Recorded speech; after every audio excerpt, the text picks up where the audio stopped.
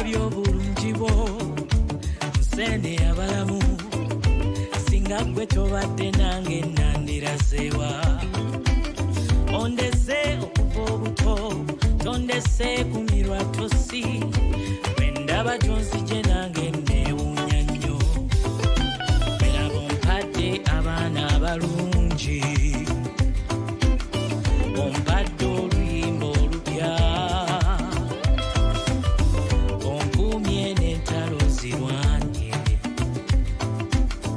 obulamu obujjuza essanyu njagala nkwebaze leero kubanga byonkoledde bingi nnyo njagala nkwebaze leero.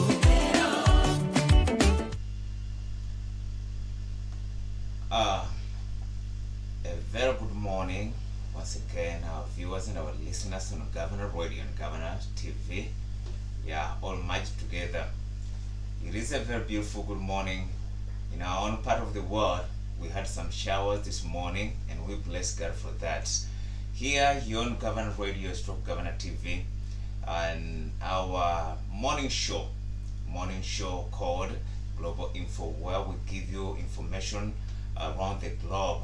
And of course, we start with the part of Africa, Uganda, where you're getting us from. We are in Jinja, where you find the source of the Nile. Yes, in Uganda, the part of Africa. So, of course, we will be starting with Uganda. What news has been trending in Uganda?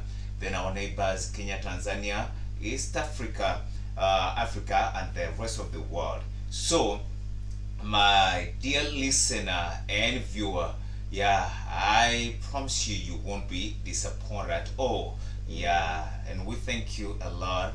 We appreciate you for giving us your time, yes, to hear what we have in store for you. I'm your man, Prince Joe M. Alex, and in studio, I'm not alone. You're working with Pepper Bestie. Good morning, Uganda.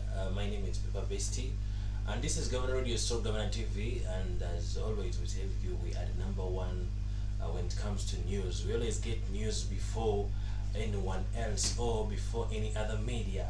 So trust me, if you're looking for updated media or you are looking for updated news, trust me, the only media you have to use, that's Governor Radio and Stroke Governor TV. Exactly. Yeah, so just like I told you at first, yeah, we'll be starting with Uganda, what has been trending in Uganda, yeah, and the rest of the world. So in Uganda, what has been trending? Yeah, Cecily Barbara Hatim Ogwar. Yeah, I think most of us, yeah, we're young. But you see, today, with technology, we are able to know who Cecily Ogwar was. And she passed on, and that was on 18th. And may her soul rest in eternal peace.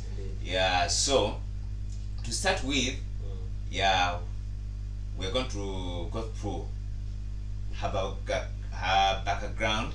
Yes, Cecilia Atim Ogwar was born in Dokolo district. Those are one of the districts in this country. In Uganda, yeah, in Uganda.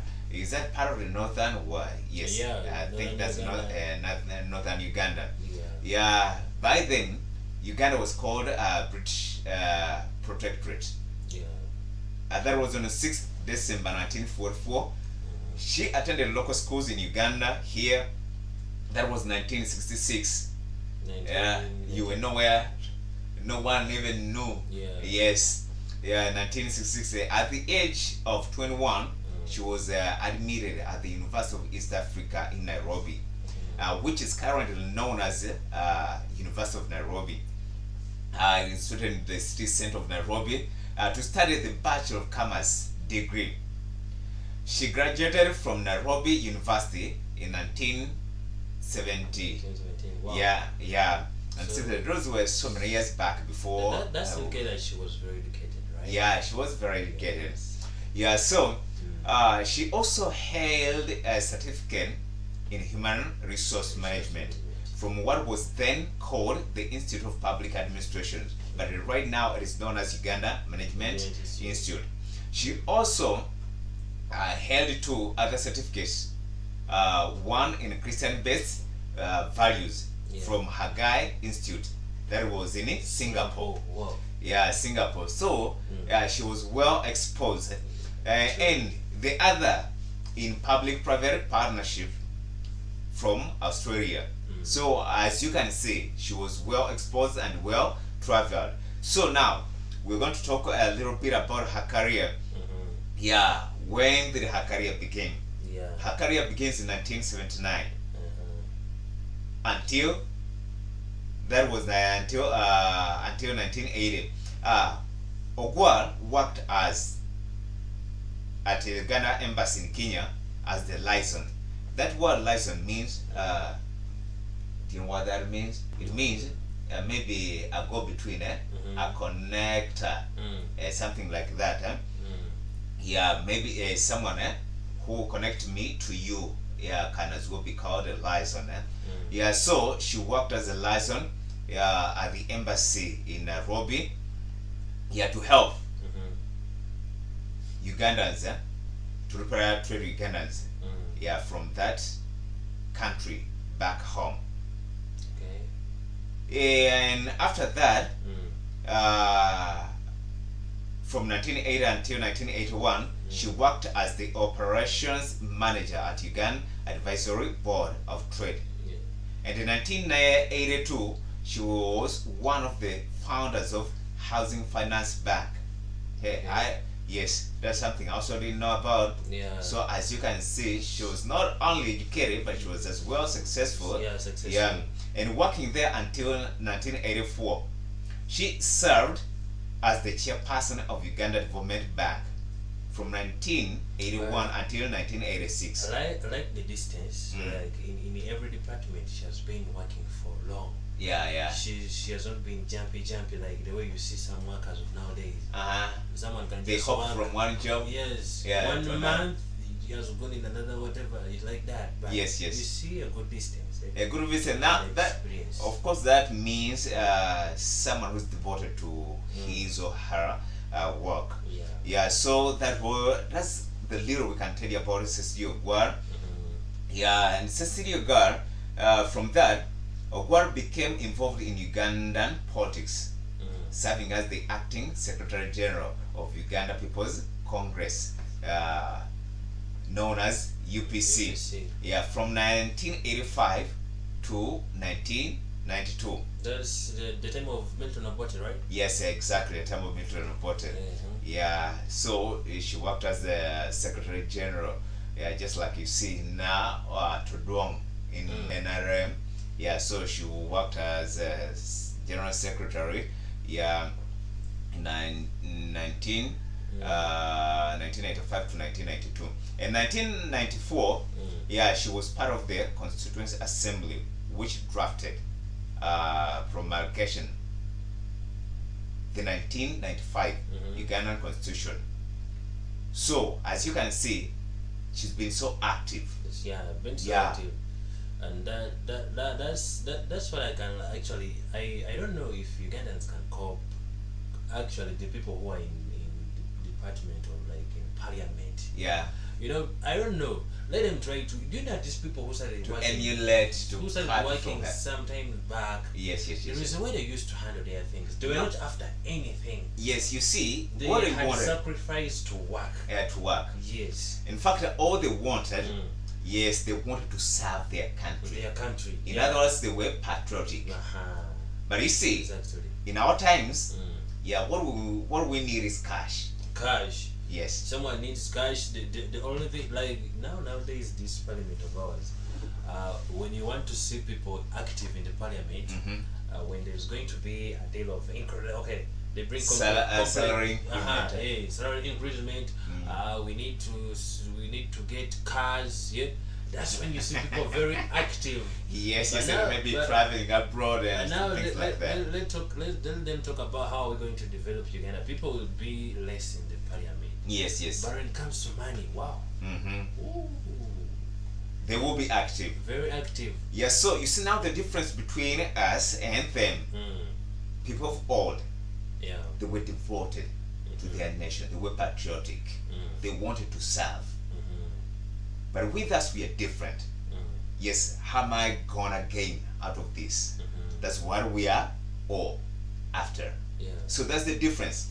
So as you can see, she's been so active in drafting the promulgated constitution. That's the 1995 Uganda constitution. So she remained a high-ranking official in the UPC political party until 2004. Just the other note, so far from where we are right now. And during the 2006 parliamentary elections, she lost her Lira municipality seat to Jimmy Akena. Jimmy Akena was also in UPC. And that name, I think she's still a northerner, right? Yes, yeah, exactly, from the same region. Now, the son of UPC founder Milton Obote Milton, that's Jimmy Akena, the son of the UPC founder, that was son to Milton Obote. Yes, Milton Obote. Okay. Now, in 2001, Ogwa contested and won the woman representative seat for the newly created local district. This time, she switched political parties and ran as a full member of parliament. Yes, a full member of the Forum for Democratic Change Party. So, that's how it all went. That's how her career has been. Yes. Now, parliamentary. According to when someone like, according to the whatever, the lady was born in 19 what?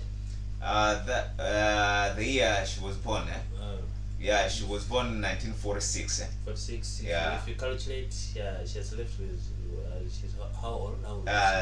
Right, currently she's 77. 77. Yeah, because they were born in 1946 and died on 18th January 2024.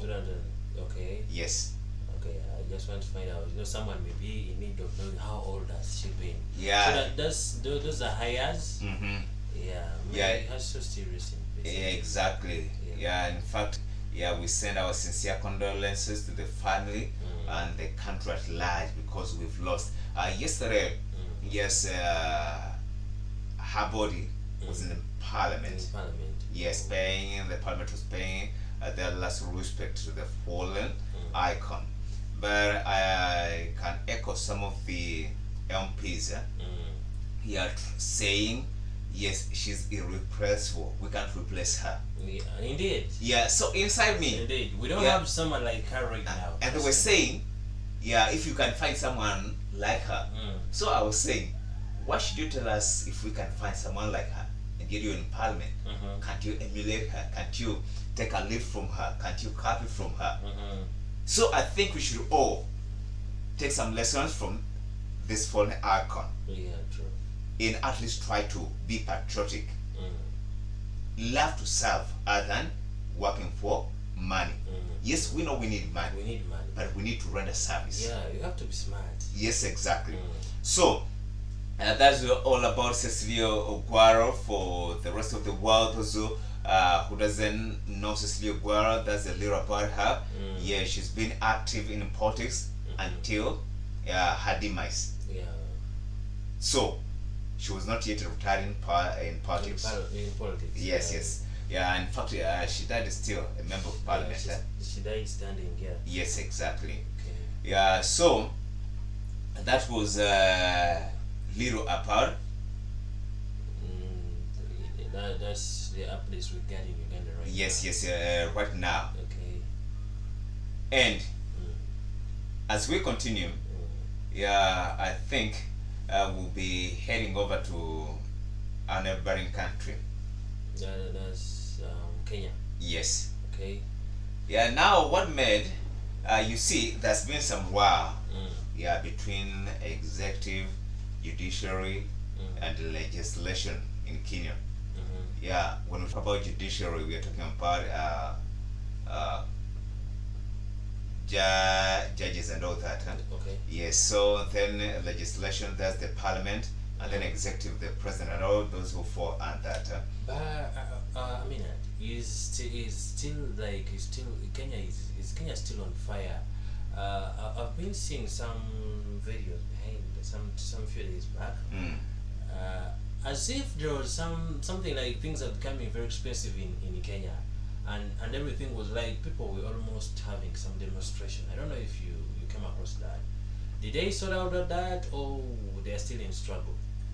No, they are still in struggle right now. And what happened? Can you tell me something? What happened?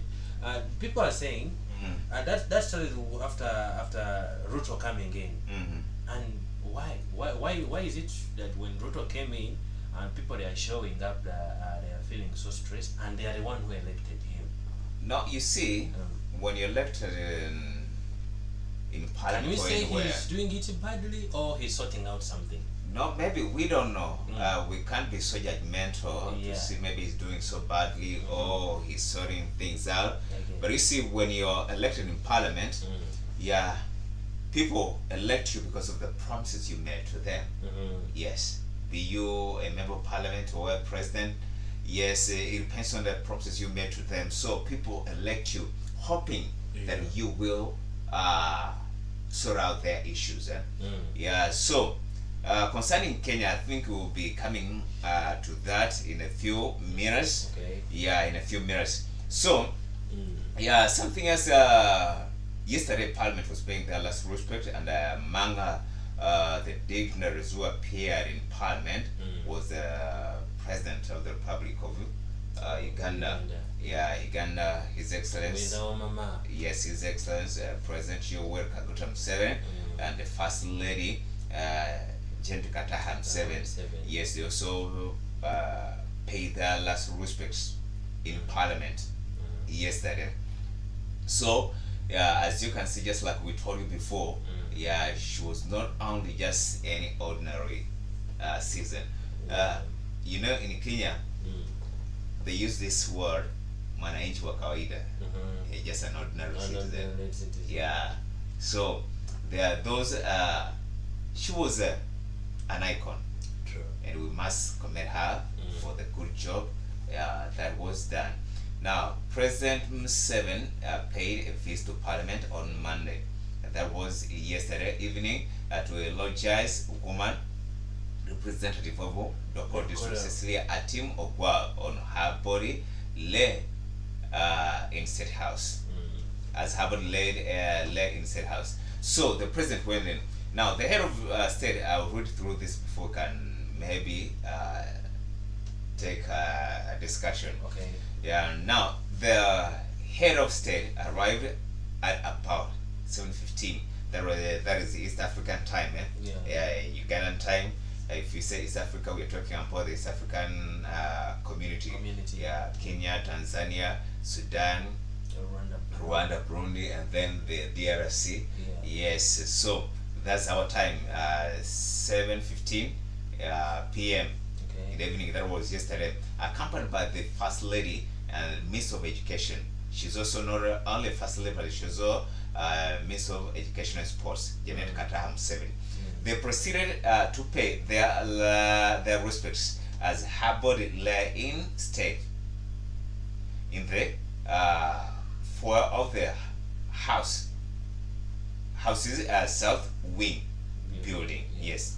Now, addressing legislators, friends and family members of Ogwal and other mourners at Parliament's South Wing parking lot, Mr. Museveni loudly dismissed Opposition Forum for Democratic Change, that was FDC. You see, when we're going through her history, there's a came a time, I think that was after she had lost. She kept on hopping from one party to another, and currently she was in FDC. So remember, being a big defender of the country, despite our country's a defender of the country, despite not being a member of the ruling National Resistance Movement. So, as you can see, the president was saying she was a defender of the country, despite not being in the ruling ruling party, that is the National Research Movement. But you see, many times if people are in the opposition, they intend to paint the country bad, to show their grievances, to show how displeased they are. Yes, simply because maybe things are not moving in their own way. But as for Cecilia Ogwarum, yeah, she was dedicated to defending her country. I remember the former Speaker of Parliament, Rebecca Kadaga, yesterday said they were on an occasion. Okay. So when Cecilia Ogwarum rose up, she was so scared she didn't know what Cecilia Ogwarum would say since she was in the opposition. But when she stood, she spoke good about the government, about the country, and everything that was going on in the country. So when she was asked, he said no. It doesn't matter whether I'm in the opposition or not. No. But I have to defend and talk good about my country. Because she knows what's good. Yes. Right? Hey. So I think that's the same spirit. Being on opposition side doesn't mean that you have to be again. Okay, it doesn't mean that you have to say that everything that's going on in your country is bad. It's bad. No, it's just that you also want to take over and drive it the way you want, right? But it doesn't mean that what's going on is bad. So I like the way how she did it to show people that you can still be on the opponent side. Yes, but you know what's good. You know what is good. Yeah. I think we should really take a leaf from her. We should really emulate her. Yeah, by being patriotic. Yes, love to talk good about our country. You see, I've been seeing many people in the opposition. Whenever they come out, they want to show the world that Uganda is on fire. On fire. Yes, Uganda is very bad off. Yeah, and we need help, which is not really good at all. So we should be patriotic. It doesn't matter whether you're in the ruling party or not. You see, once politics are over, we need to come together. It is a collective responsibility for the good of our country. Remember, there were people before us. Here we are, and there will be people after us. Yeah. So we need to do what we can right now, and what we can't, we need to leave it for the coming generation. Yeah. So right now, I think let's jump over to Kenya. And just like we had given a hint, there's been a war between the legislation, executive, and judiciary. So many judges lost their jobs, and the Chief Justice, that's Martha Koome, said if nothing is done about it, then the country is heading for anarchy. Okay. So, and she made an utterance saying she's ready to meet the president and they talk over this. But the opposition came out and said no, she has no reason as to why she should meet the president. And they said if she does that, then that would mean that the judiciary is under. Because this is an independent arm of government. Yeah, we have three arms of government. Even here in Uganda, we have the executive, legislation, which is parliament, and then judicial. So they are independent. But the three arms of government, they need to work together in harmony for the country to move on well. But what has been happening in Kenya, we had the Deputy President, Rigathi Gachagua. Yes, threatening. She wanted some judges to be excommunicated, to be fired, and which wasn't really good. And in fact, many judges felt intimidated. Yes, and if you're in that state, I don't think you can carry out your work well. So the Chief Justice opted to go and have a talk with the president, whereby the opposition was against that. So now, what happened? They tried as much as they could, to stop the Chief Justice from meeting the president. Okay. But she defied, and she had a meeting with the president. And I'll read it through this, Okay. and we'll see what happened. Mm. Now, Chief Justice Martha Koome,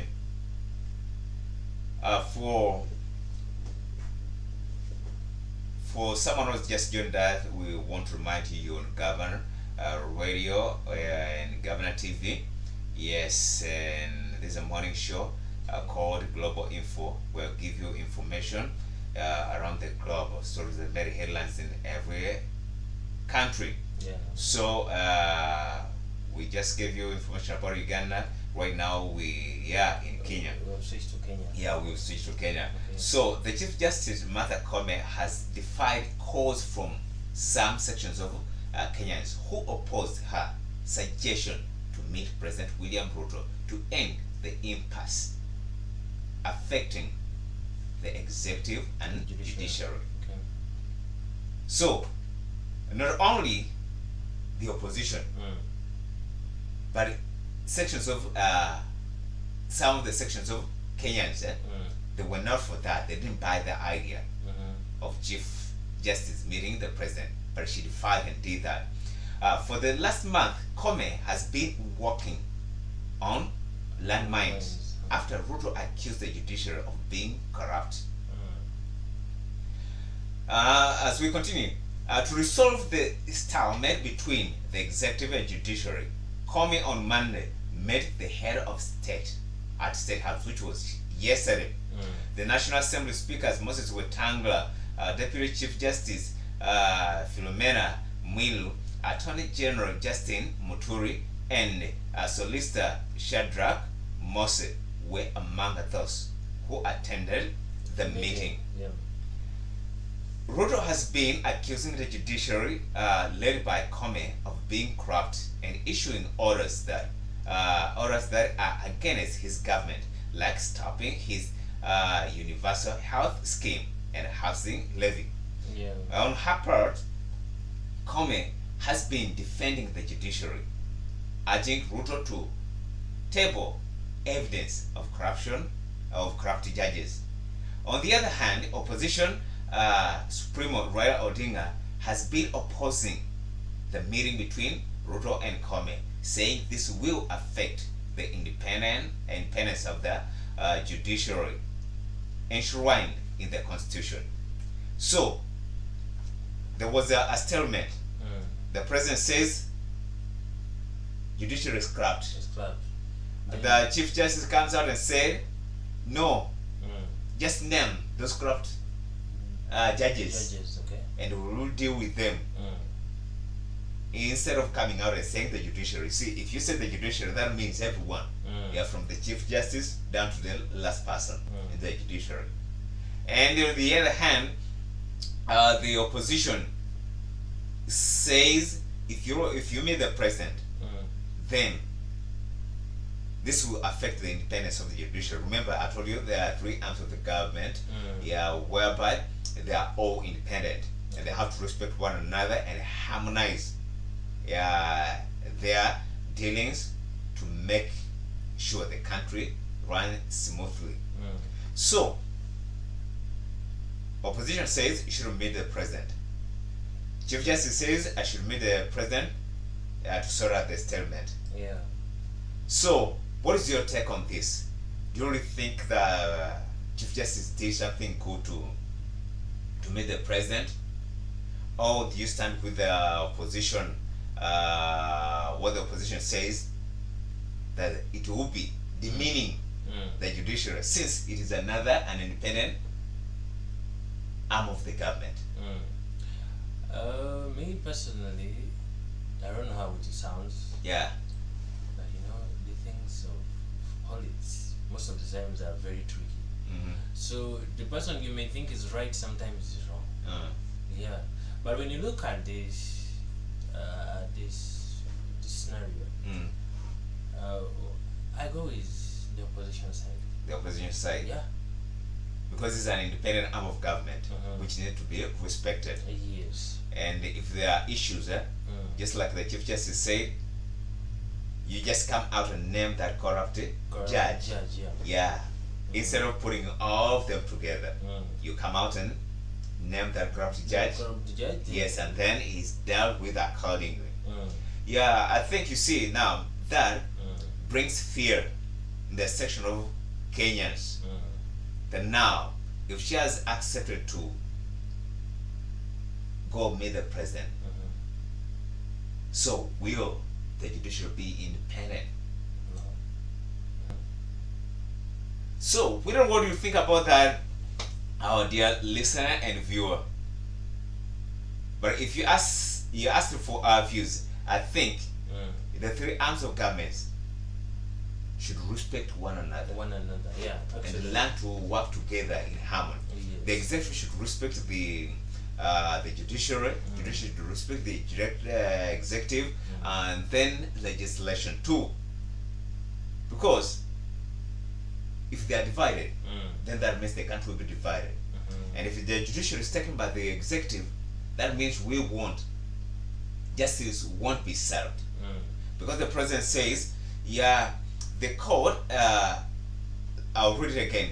Ruto has been accusing the judiciary, led by Comey, of being corrupt and issuing orders that are against his government, like stopping his universal health scheme and housing levy. Mm. Yeah, you see, the court comes in whenever it sees anything that infringes on the freedom of citizens. Mm. They have to come in. Okay. They are not biased. Mm. I think we need to reason. They are not biased at all. Mm. They are there to serve justice. Yes. And if something is not going right, They have to make it right. yes, they have to make it right Mm. by stopping it. And if they have stopped it, Mm. you're free to appeal. Okay. And that's how things are done. If they have done that, you're free to appeal. Mm.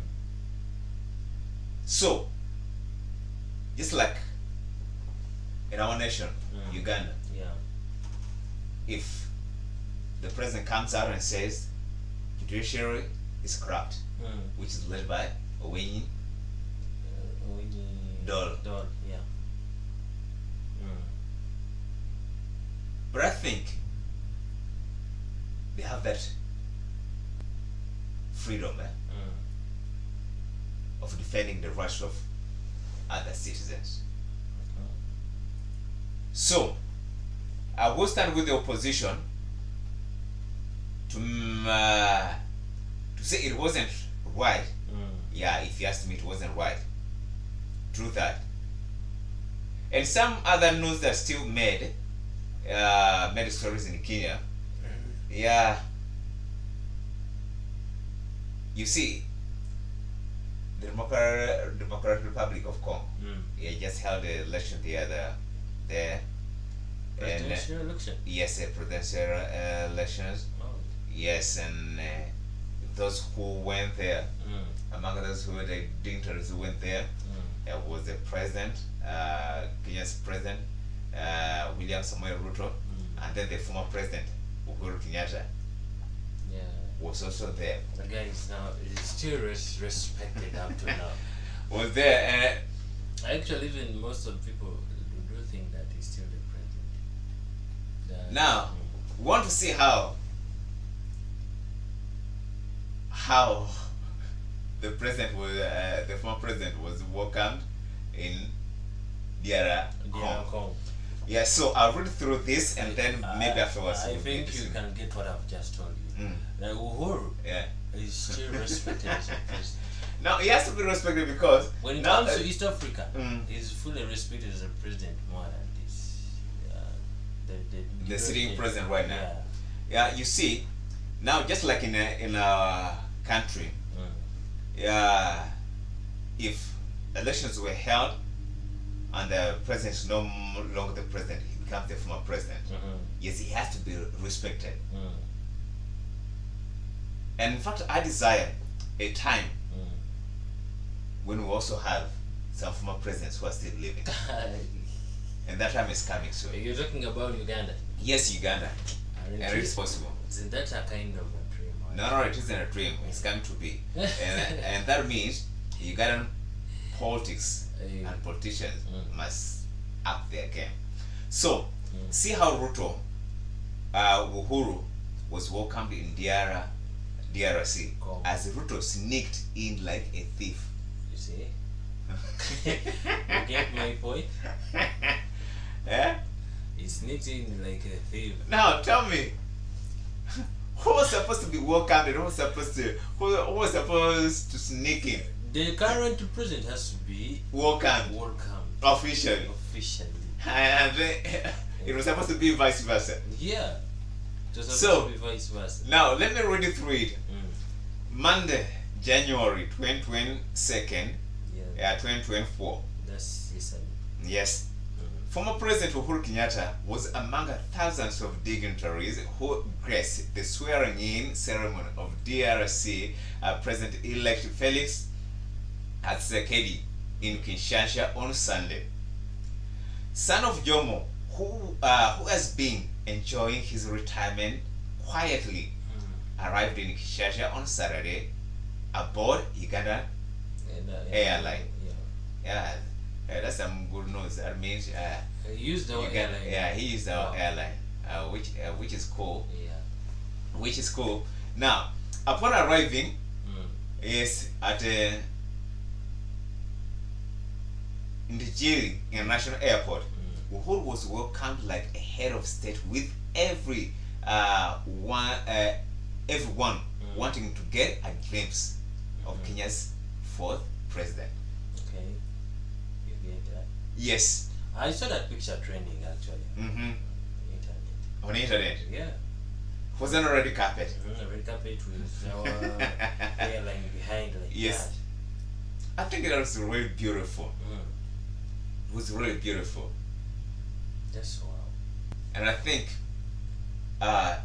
next time we'll be making sure we have these pictures available to to let our audience Yeah. have a glimpse of it. Yeah. Now, just imagine what happened at the airport. You see? And then that's a welcome. Yes, that's a welcome. Dancing there. He was welcomed triumphantly. Mm-hmm. Just imagine down. That's the screen. There's security. Yes, Wow. saluting him. Mm-hmm. Just imagine that. Yeah. So, what do you think about what happened? This guy is still highly respected. Actually, personally, it's not being with the side, but personally, I always prefer that guy. Mm. I don't know why. I also have can I say, a supporter of the guy who went. That guy who went, I'm his supporter. No, you see, yes, okay, you're his supporter. Mm. But it's, my question is, why would the former president given a historical warm welcome, and then the sitting president sneaks in like a thing? Me, what I can say is the way he used to conduct himself, or the way he used to handle himself way back. Mm. You know, the things, there is something you can do, and someone fails to forget you. Mm. Yeah, that it remains in. Now, people, doing that, if you look at this whole camp, Uh-huh. this guy is like the president who is now on. The guy, people just, this is what's going on in Uganda here. Mm. People are here making busy noise. Mm. We need to change. But trust me, Yeah. if it happens right now that people have won the government and now they have put the guy they want to be on, Uh-huh. that this guy whom they're going to bring on cannot go cannot go abroad, Yes, or yes, or cannot go anywhere and be respected like Museveni, Like President said. President Museveni. You so now that shows you. Yeah, you see, one time, when Moi was still in power, and eventually he gave up the seat. So, and then inauguration day, President Museveni was there. So as he stood to give a speech, people shouted, and he asked them to keep quiet. But he told them this: before 3 months goes down the line, you will wish Moi was here. You get.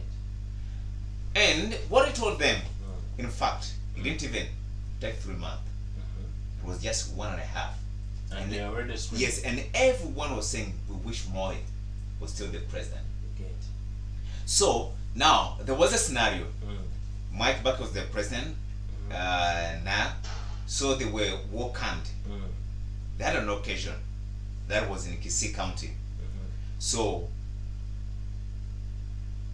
when Moi stood, the crowd went crazy. You see? They applauded the man. You know, some people always remember that you were useful when you are out. When you're out, Because these people are the same people who vote you to go off or to stay. yeah, You get it?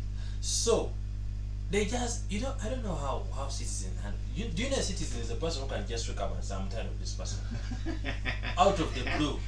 yeah. Hey, just wakes up and say, are you Prince? We are tired of you. We are tired of you. But after going, like this, I wish. Now let me tell you what happened. And just the completed elections in this country. Yeah, our member of parliament, former member of parliament, of course, was Barieko. So people said we are tired of him, and indeed they voted him out. So as he lost, they even made a dummy casket, Okay. mocking the outgoing member of parliament. But after, I think it was 3 weeks, we started hearing guys saying, we shot ourselves in the leg. Okay. And they were saying, we voted the wrong person. I think we need to vote this person once again. So, I don't know why people, but then I think humans are humans. Yeah, true. Humans are humans.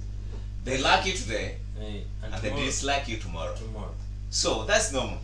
But this is funny. I think if I was Kenya's sitting president, in fact, this wasn't cool at all. Yeah, This wasn't cool at all. It wasn't. it wasn't good. But it was good. He deserves it. Yes. Now there's another story. Yeah, we're going to look at. There's been a killing spree of ladies in Kenya. And the last one was a lady, 20-year-old lady, who was murdered, dismembered, her body dismembered in parts. That's right. That's right. In Kenya. In Kenya. Still, yeah, and still it has been trending from last week, and she left Kitengela, yeah, the outskirts of Nairobi. Yeah, she confided in a friend and told her I was going to meet someone, and that was in Roysambu, that's in Nairobi, one of the suburbs of Nairobi, in an Airbnb. So this lady was called Rita Waini. She was brutally murdered. But the suspect, this is an allegation, the suspect was a Nigerian citizen. Hey. According to CCTV cameras. She was brutally murdered, chopped in pieces, and her body parts stuffed in a polythene bag. Oh, I saw that pic. Yes. So, but among the parts, there was one thing missing, that was the head. So, now this story says, breakthrough as full HD image of the Nigerian man caught on CCTV booking the Airbnb. Yeah, Airbnb, this is a house, apartment. Yeah. You can move in and maybe rent it for 2 days, a week, a month, and live just like this. Okay. So that's an Airbnb. Yeah. So where Rita Waini was brutally murdered emerges. He is a friend to one of the arrested Nigerian men. So that's according to CCTV camera footage. Okay. This is very cool. That's why we need CCTV cameras to be fitted almost everywhere. There's one thing I like about these Western countries. Western countries, you always find CCTV everywhere. Everywhere on the building. But we are trying. We are trying. In Uganda, we also trying. You tried. Yeah. So that was in we are not bad. that was in Kasarani, Roysambu, Nairobi. Those are CCTV cameras. Now let me read through this, and we'll see. This was today. Detectives. This is Tuesday, January 2023, which is Today. yeah. Now detectives have made progress. They continue to investigate the brutal murder of a 20-year-old university student. But excuse me, I think we need to be realistic. Okay, we don't condone this. Yeah. But I think if you're a student, think about this. Think about your parents, And your you know- guardians who took you to school. And let me tell you something. You're still seeing this more and more. If university students don't change, I think you should think about your parents or your guardians who are paying your school fees. yes, university students. I don't know. I don't know. But can we blame university students or we blame the parents? I don't know. Do they, No, you do, see, do no, they no, do no. this because of lack? No. Some of the students do this not because they come from Poor families. poor families. But you find some of the students coming from well-to-do families, and you find them doing this. I think it's just not right. We should stick in school. Your parents have denied themselves No, good life Yeah. to sacrifice for your education. I think, you shouldn't repay them that way. Now, I pity a parent, a certain parent. There is a scenario that happened in Kampala city. It was there was a certain building that had got fire, and it was a lodge. So the only exit was using the window, but the window this side it is like a market down, Yes. and they had to put the ladder. Yes. So whoever was coming out there, you have to come down. People who are this side in the Of market, course, because they have to see. expected as well. So now, here came students, university students, coming out from there. Like there is a room, they are coming. You know, in each room, two men, a man, a lady, a man, a lady. You know, it's a lodge. So there was a room. There was a very heavy man, a very big responsible man, the father. And now people were waiting for the lady who is coming out. Yes. A very young, smaller university lady coming out from the room. Just Now, imagine that. and people now are holding the cameras on Yes, you. yes. So you're the father watching. Your daughter is at school. You see him climbing the ladder. How do you feel? Of course, That's what they call that's a a bad university scenario. student. That's a bad scenario, but I think, we condemn this with the strongest word possible. Now, let me continue. Okay. 20-year-old university student, Rita Waene, she's a Kamba origin. Now, after identity of a man captured on CCTV, booking an Airbnb where Rita was brutally murdered was unmasked. The CCTV footage of the prime suspect picking up the keys to the Airbnb being circulating on social media of almost a week, with detectives burning the mine all while trying to unmask his identity.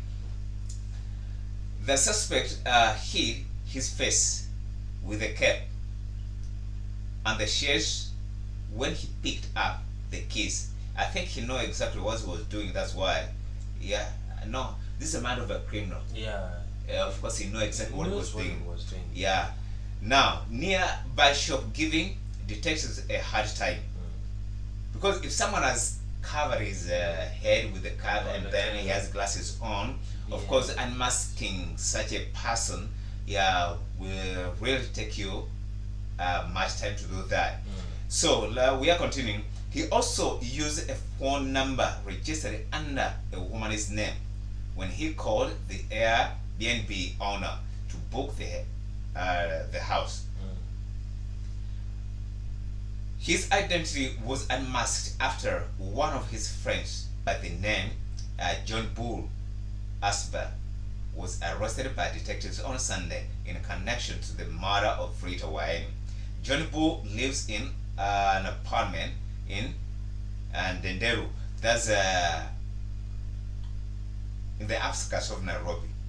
Yes, now going in Kiambu County, that's a Kikuyu land, near where Rita's head was discovered dumped. You see, after dismembering the body of this young lady, he went with the head and dumped it. I said, you had me reading. Now, a butcher's knife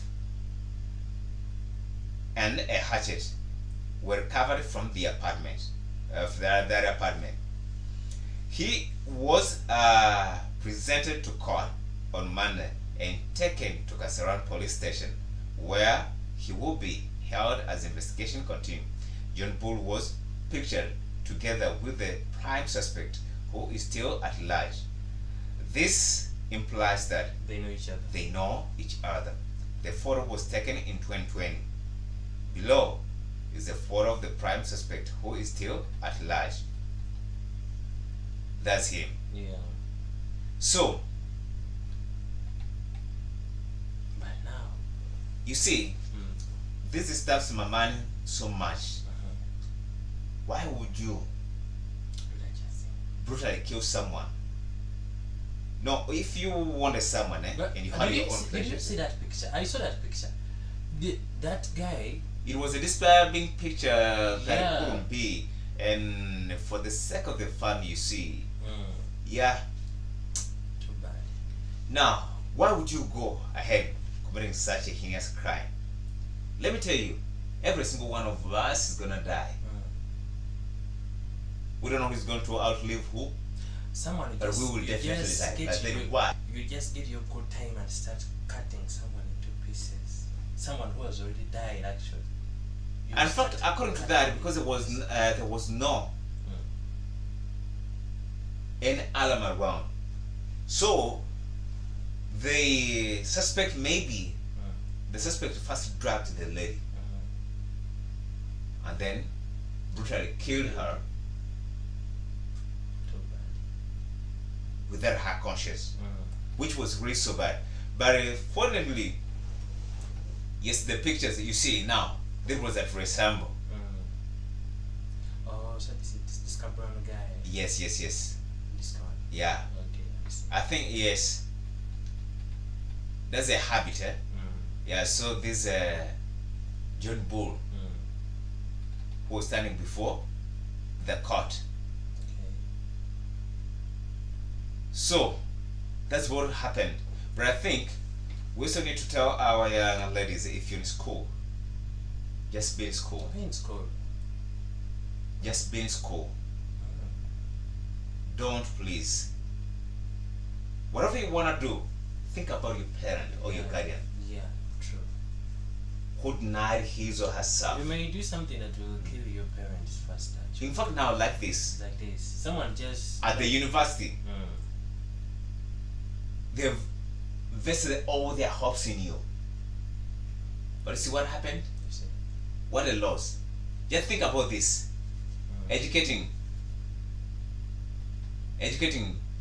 a child, That money right From- away from baby class. yeah, from baby class. And you know nowadays most of the parents want their kids to be in good schools. So they are paying expensive schools. Expensive schools. But now that money gone. It is really so bad. Too bad. Our dear viewers and listeners, you on Governor Radio, it's from Governor TV. Yeah, this is a morning show called Global Info, where we give you information that made headlines in every nation. So if you just joined us, yeah, we warmly welcome you, and we appreciate you so much for the time you've given out to us. we just take a short break, and after this we will be back. Right. Yeah, with more information.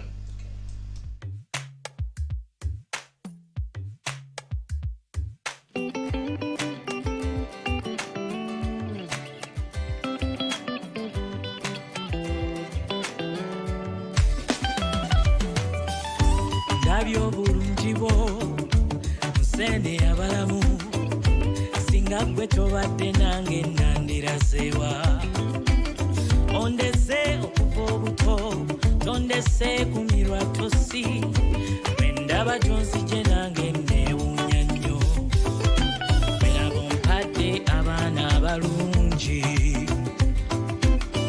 ompadde oluyimba olupya onkuumye n'entalo zirwanye obulamu obujjuza essanyu njagala nkwebaze leero kubanga byonkoledde bingi nnyo njagala nkwebaze leero kubanga byonkoledde bingi nnyo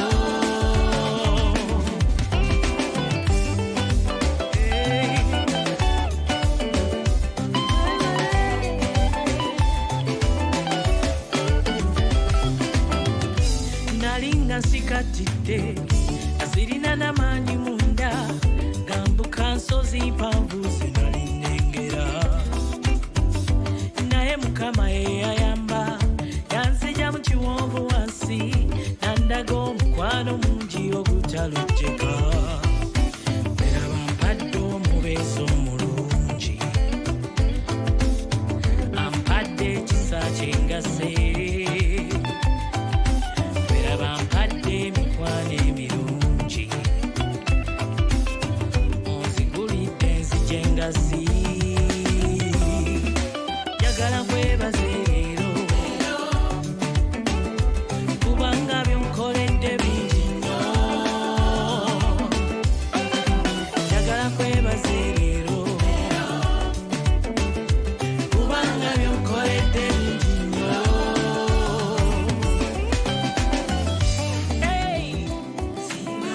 etasiime bulagiwa kankwebaze wembala byonkoledde sibimalayo sensiima nsiima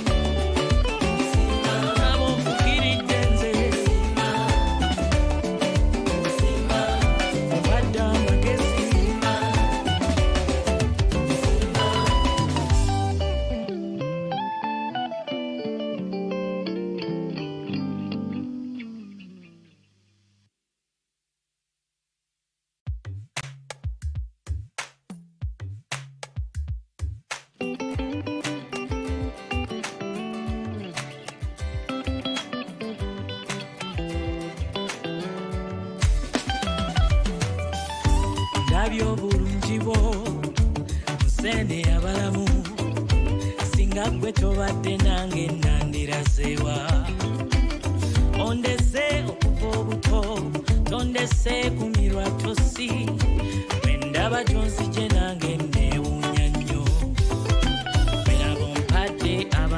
abalungi ompadde oluyimba olupya onkuumye n'entalo zirwanye obulamu obujjuza essanyu njagala nkwebaze leero kubanga byonkoledde bingi nnyo njagala nkwebaze leero kubanga byonkoledde bingi nnyo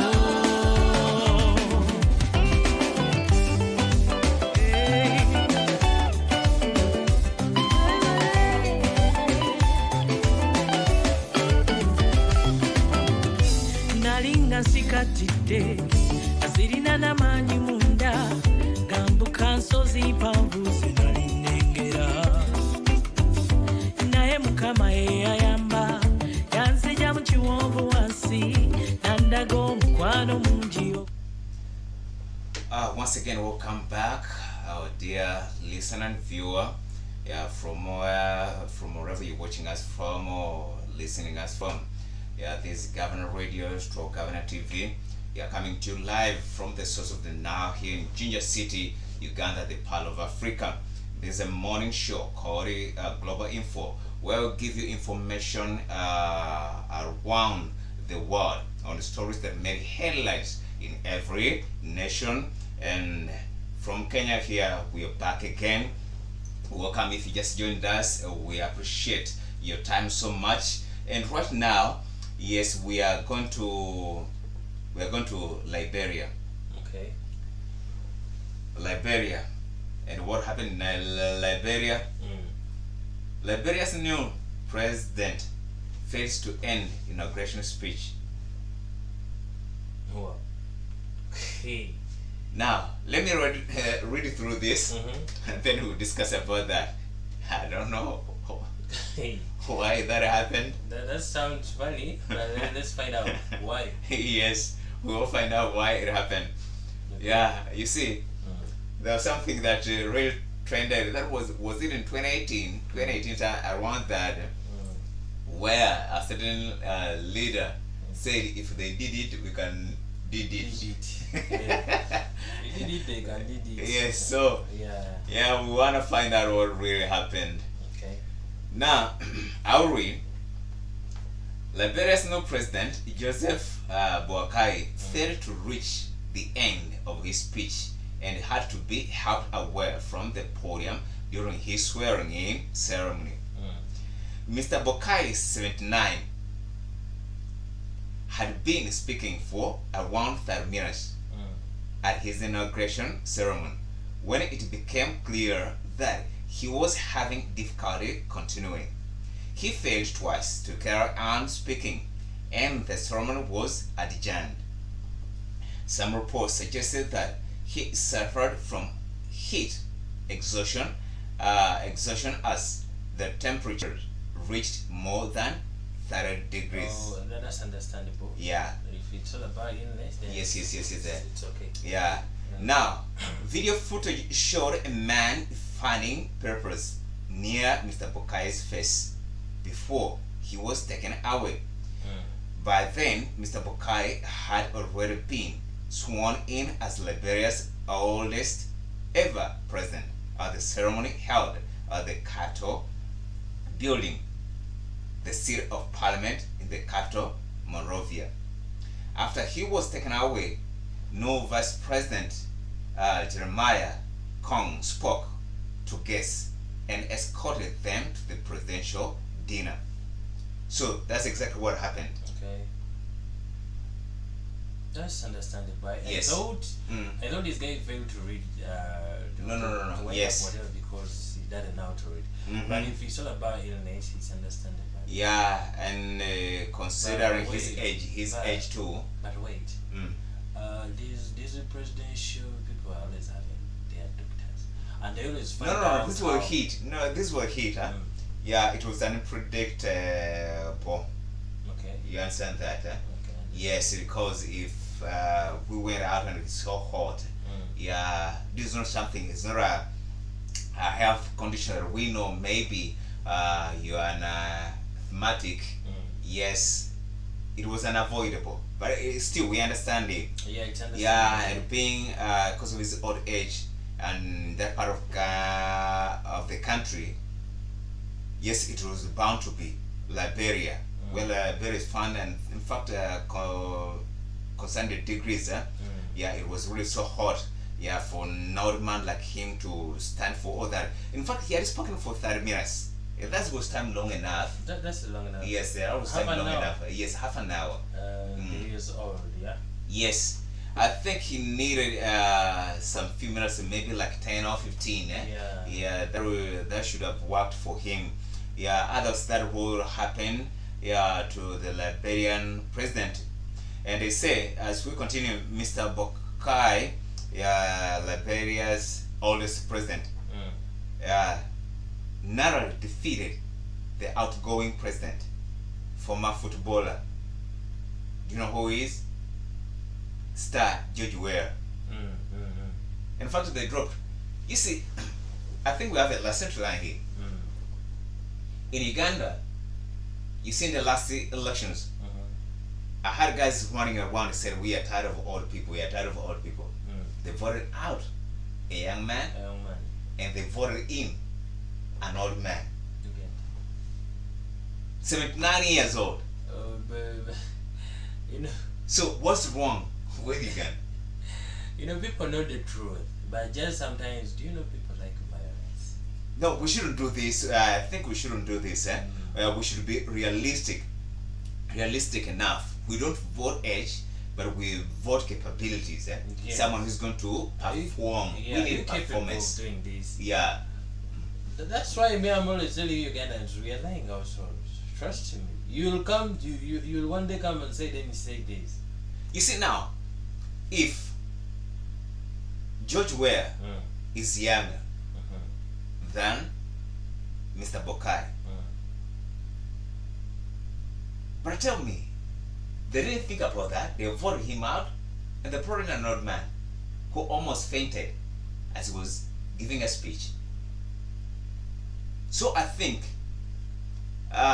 if I may speak to a fellow Ugandans, we don't vote in age, but we vote in capabilities. Yeah, performance. Someone is going to perform. Yeah, so that's what happened to Liberia.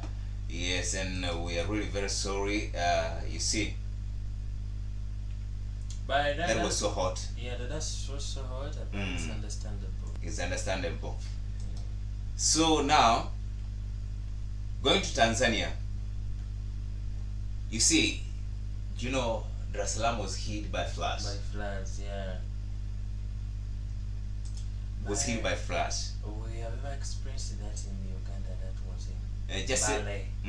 Remember those days? Yeah. People in Bale suffered. Then was it even in Kasese? Kasese. Oh. Almost every year. Now let me read it through this before we can go on discussing. Dar es Salaam floods, roads unpassable in Tanzania's main city, and that's the capital city. Excuse me.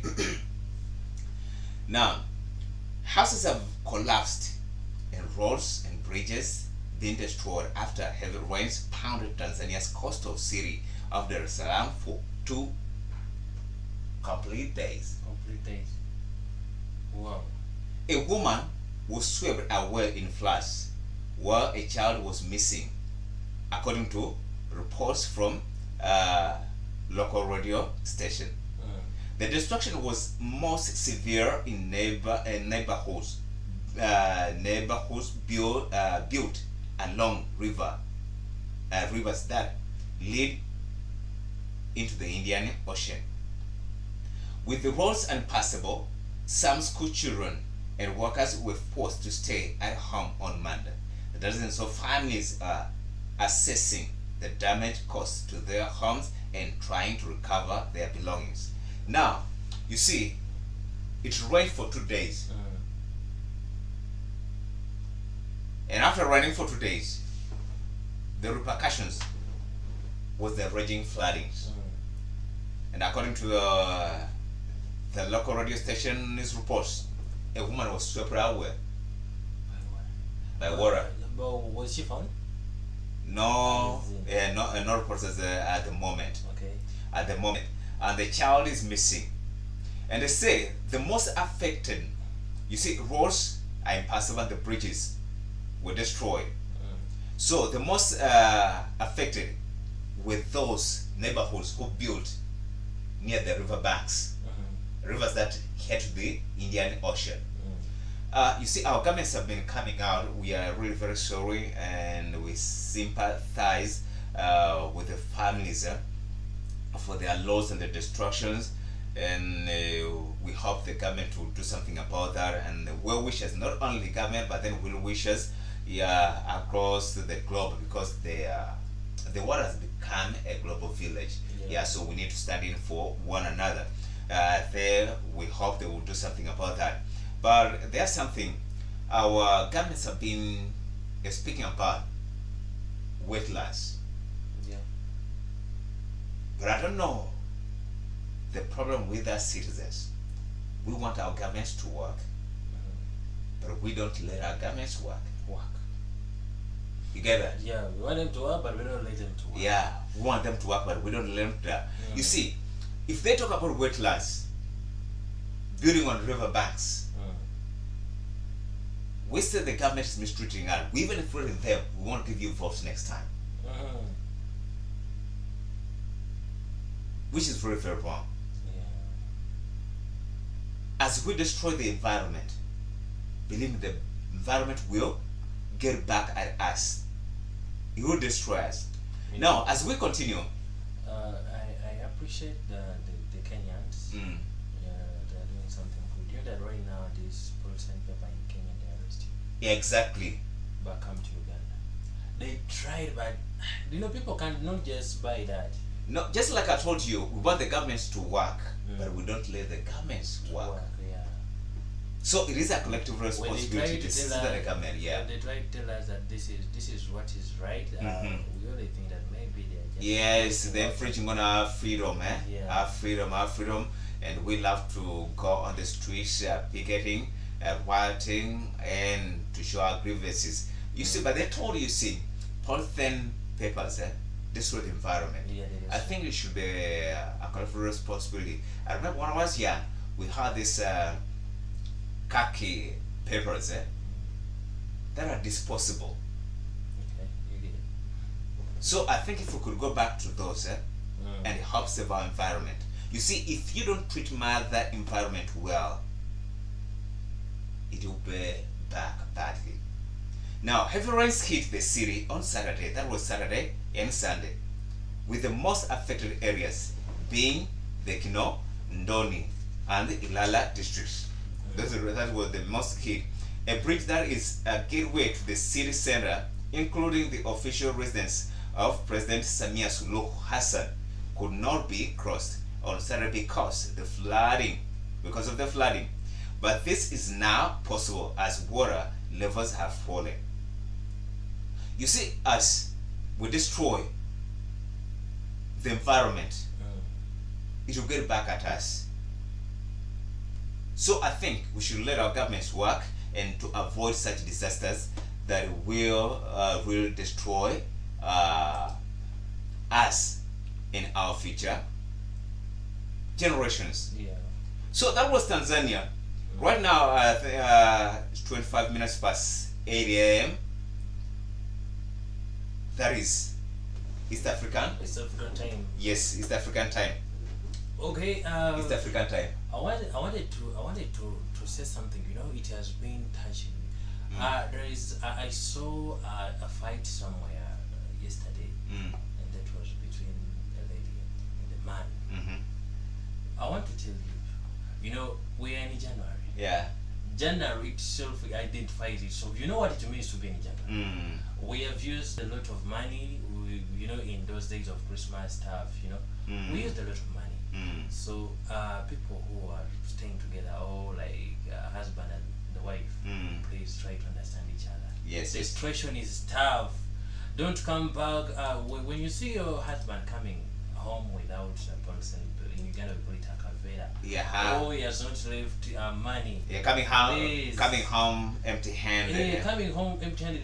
Please be understanding. Mm. Be understanding. The situation is tough everywhere. It's tough everywhere. Don't just so we run. shouldn't go violent on one another. Yeah. We need to devise a way of running along together. Yeah, we know it is, but surely it won't last for long. Yeah, it's shortly. Yeah, because we know we spend a lot in Christmas. Yeah, so we need to understand one another. Yeah, we shouldn't go violent. Yeah, we are humans. We are not animals. You get. We are humans. We are not animals.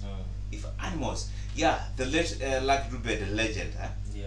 said if cats and dogs can understand one another, then why not with us Why humans? aren't you humans? You get. Yeah, I think you have a point there, Yeah. and I know they have taken that in, Okay. and we will see some changes. All right. Now, Middle East.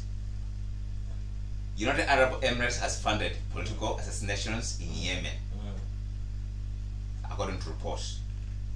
So, I'll go through this report. You see, the word that has gone crazy, but we pray God will help us to go through this. Indeed. Yeah. The United Arab Emirates has funded political motivated assassinations in Yemen, according to the reports. Yeah, this is going from the BBC investigation.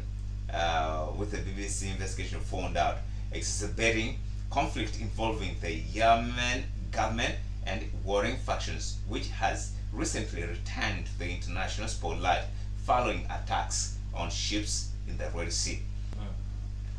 Counterterrorism, counterterrorism training provided by American mercenaries to Emirate officers in Yemen has been used to train locals who can work under a lower profile, sparking a major uptick in political assassination. A whistleblower, according to BBC, found out that. Now, according to BBC still, has also found out that despite the American mercenaries started aiming to eliminate the jihadist group Al-Qaeda and Islamic State IS in southern Yemen. In fact, the United Arab Emirates has gone on to recruit former Al-Qaeda members, a security force it has created on the grounds, on the ground in Yemen to fight the Houthi rebel movement and other armed factions. The United Emirates government has denied the allegation in our investigation that it had assassinated those without links to terrorism, saying they were forced and without merit. The killing spree in Yemen, more than 100 assassinations in 3 years period, is just one element of an ongoing bitter intestine conflict pitting several international powers against each other in the Middle East's poorest country. The deadly atmosphere has discouraged the permanent return of Yemen's internationally recognized government. It could be argued, and has directly helped to embolden the Iran-backed Houthi, currently in the news for attacking ships and disrupting trade in the Red Sea. In recent days, Washington has announced that it will now redesign the group's global terrorism. So, we are told United Arab Emirates has been funding political motivated assassinations, and according to reports, over 100 assassinations in 3 years has occurred, and this report was declared by BBC investigations. So what has gone wrong today?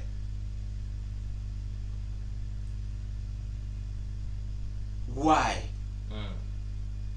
Just like I said, the late like Ruben, if cats and dogs understand each other Then why and not cohabit, human? then why not humans? You are assassinating someone, it's not bringing a solution. You're worsening the situation.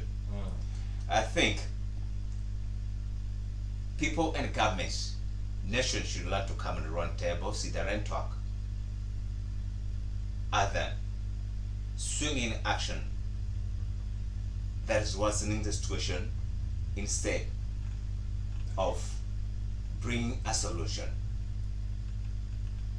So like I always say, many times people think when you're in your country, you think, we've been oppressed and they're doing this and that, but you don't know what's happening around the world. Which is why we as Governor Radio and Governor TV, we are out here to give you information so you may be informed about what is going on. Now, US and UK has launched fresh strikes on Houthis, and have labeled it as a terrorist group to try and salvage the situation. So that's what has happened in the Middle East. What do you think?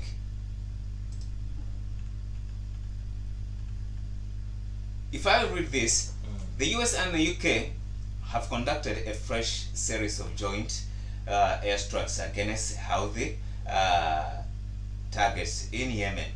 The Pentagon said on Monday, that was yesterday, Monday strike hit 8 targets, including an underground storage site and Houthi missile and surveillance capability. The Iran-backed Houthis have been targeting ships they say are linked to Israel and the West Bank travel through the important Red Sea trade route. So the US and the UK say they were trying to protect the free flow of commerce, and a joint statement issued by the Pentagon confirmed an additional round of proportionate and necessary strikes against the Houthi. So what is happening? They say, according to reports, Houthis backed by Iran government. So they are doing this, launching attacks on ships in the Red Sea, because they are using this as a road to the Israel. So I think they are offended by the strikes that are between the Israel and the Hamas. So that's why they are attacking ships to disrupt. So US and UK are coming out to protect the free flow of commerce. You read that in school. Yeah, you read that in school. That's the secondary level. In Uganda, if you go to the higher level, it goes to the next level. So they want to protect that trade, because if it is hit, then trade will be affected. So that rule has happened in the Red Sea. So our dear listener, if you just if you just joined us, you're on Governor TV, Governor Radio. With me, your host, Prince Joe M. Alex, and my brother from another mother. Yes. We are here to give you information, which we are doing right now. Yes, and we will take a short break. And after this, I think we have 25 minutes to the top of the hour. And after this, we'll be coming back to give you some more information before we call it a day. And we appreciate you for the time you've given us. And believe me, yes, I'm right. We value you so much. You mean a lot to us. In a moment, we'll be back.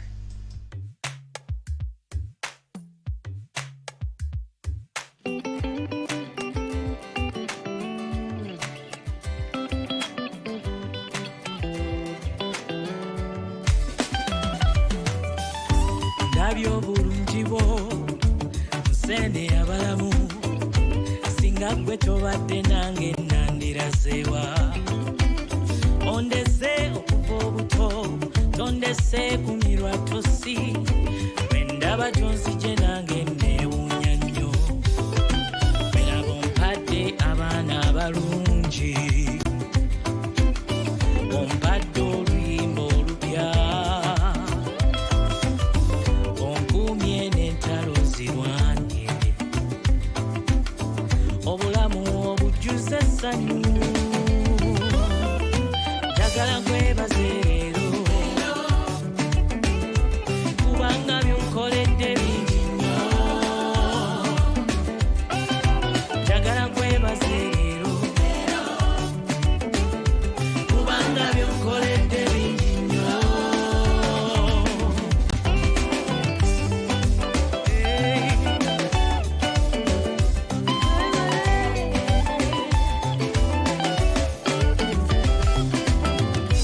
nalinga nsikatidde asirina n'amaanyi munda gambuka. Once again, we welcome you, our dear listener and dear viewer. You're on Governor TV, from Governor Radio. There's a morning show called Global Info where I give you information around the globe, just like we've been doing. If you just joined us, you're very much welcome. Welcome to the show. We value so much, believe me. Yeah, you mean a lot to us. Yeah, we just talked about Middle East, and right now we are going to what is happening right now in USA. Okay. Yeah, see, USA elections 2024. That's supposed to carry on elections this very year, and what is now trending? We're reading through this. Voters didn't know Hampshire head to the polls on Tuesday. You see, in the USA before elections are done, you see the current elections, yeah, part by part before they get to the general election. So on Tuesday, which is today, right? Yeah, As Donald Trump faces his last remaining Republican opponent. You see, in a party, in a party, if you have, let me say, 3 candidates, you need to face off until they have one standing candidate. Yeah, one standing candidate. So, as for now, in the Republican, we have 2 opponents still standing. That is Trump and Nick Haley. So I'll read through this and then we'll discuss about this. Okay. And see what voters in New Hampshire head to the polls on Tuesday as Donald Trump faces his last remaining Republican opponent, Nikki Haley, in a primary election. Like I told you, yeah, in that part of the world, they held primaries. You see, in primaries, but we also do hold primaries, right? Yeah, to pick flag bearers. So that's what is happening now. Former U.S. President Trump, you see, he's coming back again. And why he's coming back again? Constitutionally, yeah, he's supposed to have run for 2 terms, but he went one, and he was ousted.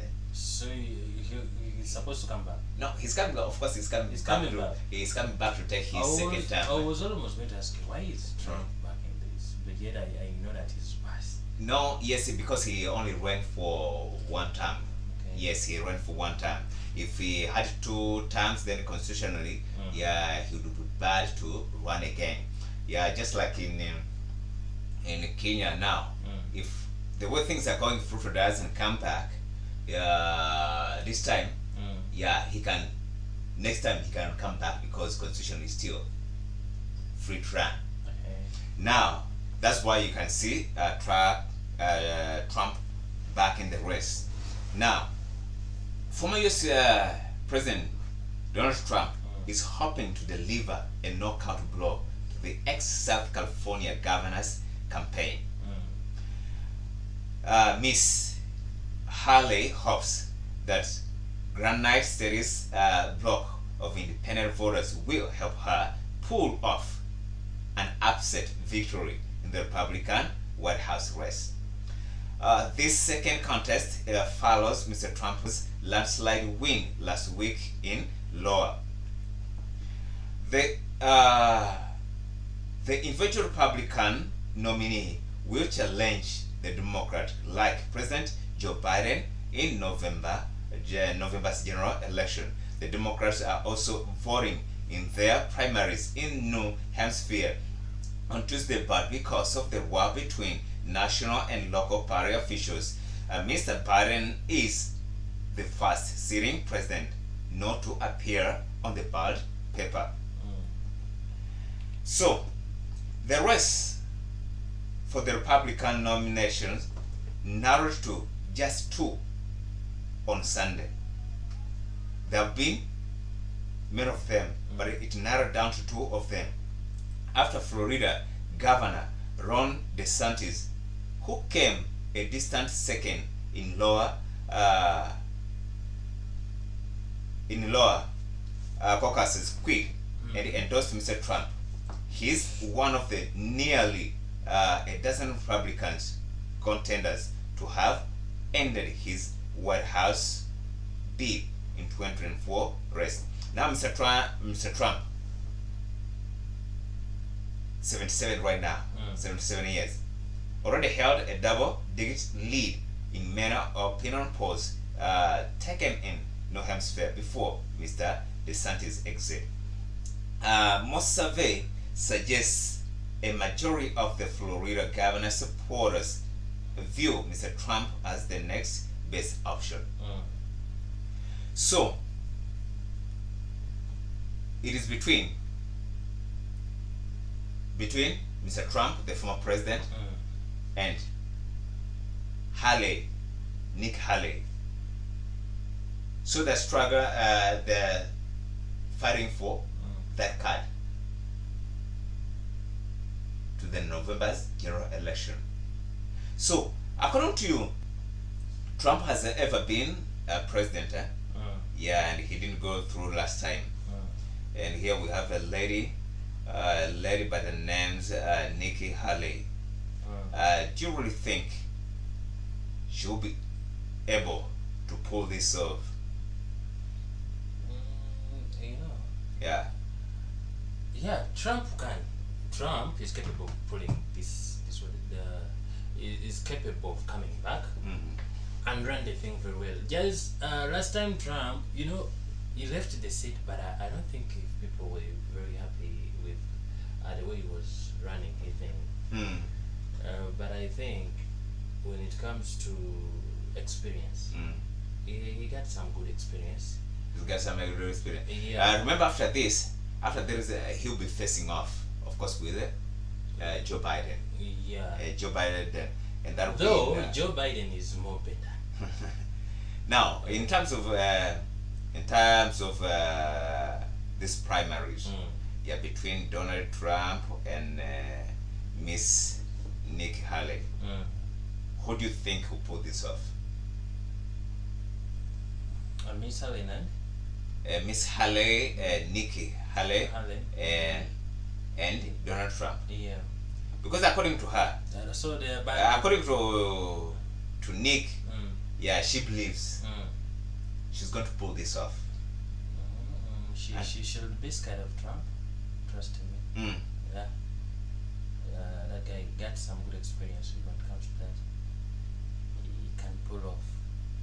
So what do you mean? So are you trying to discourage Miss Haley or what? No, I'm not trying to discourage, but that's the fact. Yeah. He's battling someone who knows what to do. Yeah, because according to opinion polls in that country, yeah, Trump has a double-digit lead in many opinion polls taken in New Hampshire before Mr. DeSantis' exit. And after Mr. DeSantis' exit, you see, yes, he lost to Trump in their primaries. Their primaries. What do you do in those states? You hold primaries in every state, so you must be winning until you get the card to the final race. So Mr. DeSantis endorsed Mr. Trump, So what does that mean? That Mr. DeSantis supporters will rally behind Mr. Trump. So which puts Nikki in a shaker situation. Anyway, you never know. Never know. Yeah, you never know. You never know. Things turn around. Yes, Yeah. things may turn around for better, and she delivers a shock to Mr. Trump. But that should be like a miracle. What do you mean it should be like a miracle? Hey, it will be a miracle if it happens. Yeah. Yeah, so now we want to try and go to Latin America. Yeah, Ecuador, gang members held after hospital stormed. You know what happened Ecuador? Yeah, during COVID-19, it was really badly hit. Now, Ecuador police arrested gang members who stormed the hospital. Can you just imagine that? Let me read through this. Ecuadorian security forces have arrested 68 gang members after they stormed a hospital in the town of Inguachi in Guayas province. Officials said the men tried to take over the facility, at which a member of their gang was receiving treatment. Police said the intruders' aim was to guard the patient from potential attacks from rivals. There have been previous instances in which gang members have been targeted while in hospital. Now, police in Ecuador arrested 68-member gang that stormed the hospital.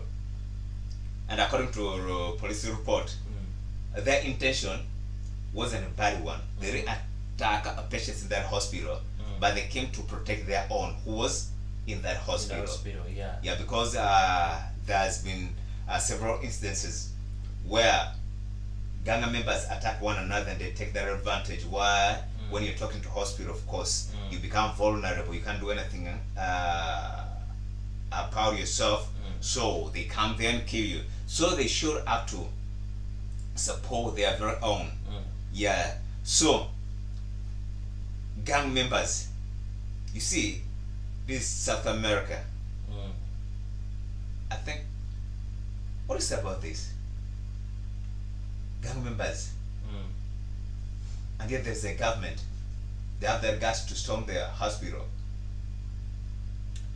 I won't say it is insecurity. Everything is possible. You know, these people, some of them are military. Yeah. So they're ex-military officials and police officials. They know. You know, these people, they can do, and when it comes to this security of the government, when they're attacking these people, they should be very careful. Because now, as we continue, they said during the incidents, nurses and hospital staff were taken hostage as the men exchanged fire with police. You see, when police tried to come in, there was an exchange of fire. So they are armed gangs. If someone knows how to use a gun, you have to be very, that's not essential. These people know how. Do you know how to do what they're doing? They know it. Yeah, they are. So. And according to reports, it is not yet clear which gang was behind Sunday's storming of the Yungwachi hospital, nor who the injured man was they were trying to get. Police say he had arrived at the hospital in the early hours of Sunday with gunshot wounds. He has since died of those wounds, according to their reports. After securing the hospital, the security forces also raided a nearby rehabilitation center. And you see, these gangs, South America suffers so much of such gangs, and they are armed. They are armed and they are brutal. So after coming in, they took hostage of the nurses and the hospital staffs. Yeah, which prompted the police to also swing in action. Yeah, as they came in, there was an exchange of fire, which happened, and all that happened in Ecuador. So, I think all in all, God should help us all, because the whole world is not safe. Yeah, everywhere you go, we need God's intervention to help us pull through this. Others, on our own, we cannot. Yeah, we want to. I think we have a few minutes to wind up. We want to wind up with this story in Ukraine. Let me see. Russia sanctioned as soon as we have here two stories. Ukraine's river war drone mean nowhere is safe. I think we can take that and finalize with that.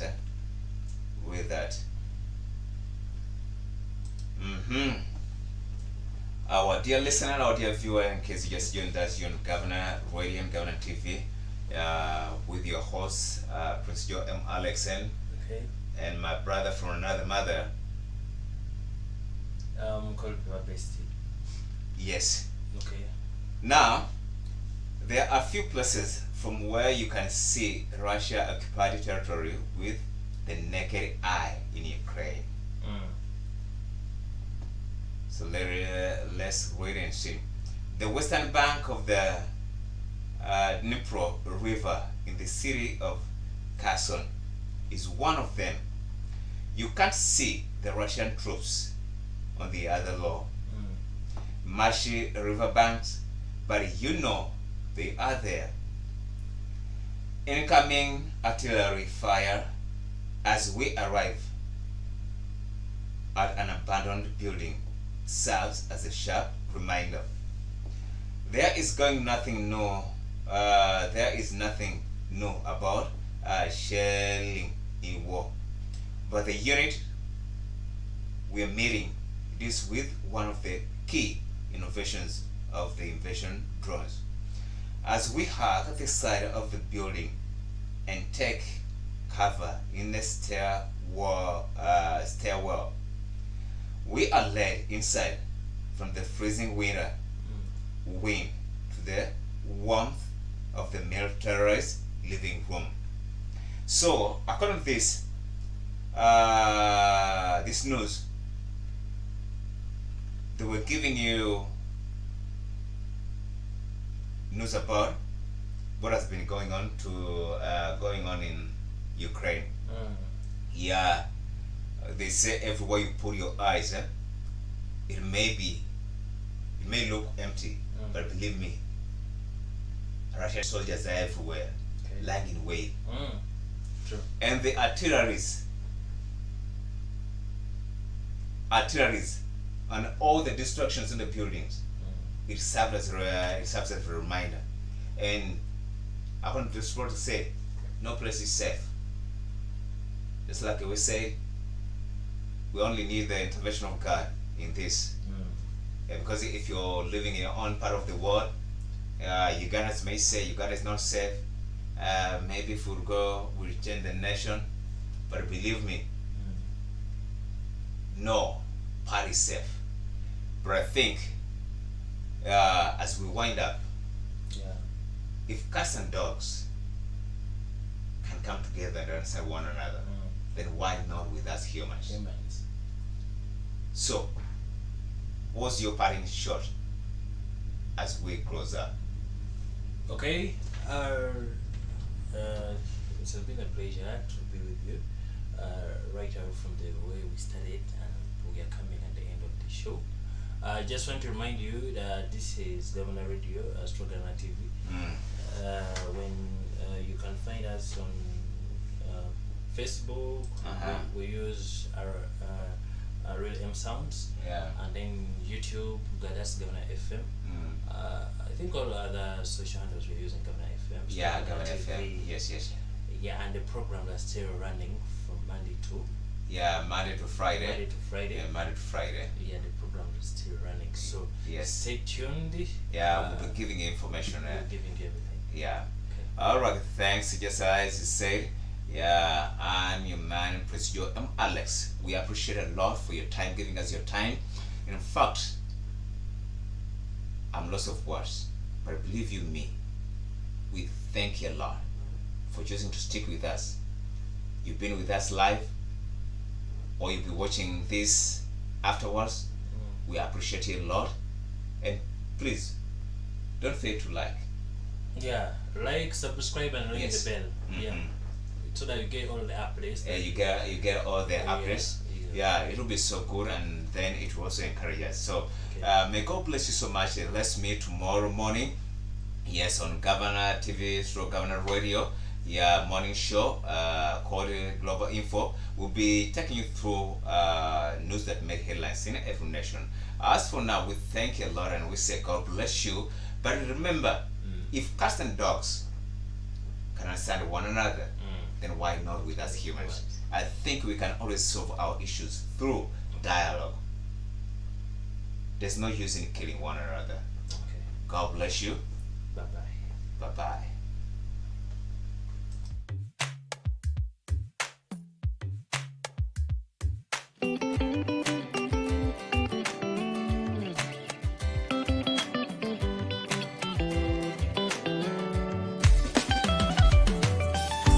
ndabye obulungi bwo nsene abalamu singa gwe tobadde nange nandirazeewa ondese okuva obuto tondese kumirwa tosi bwe ndaba gyonzije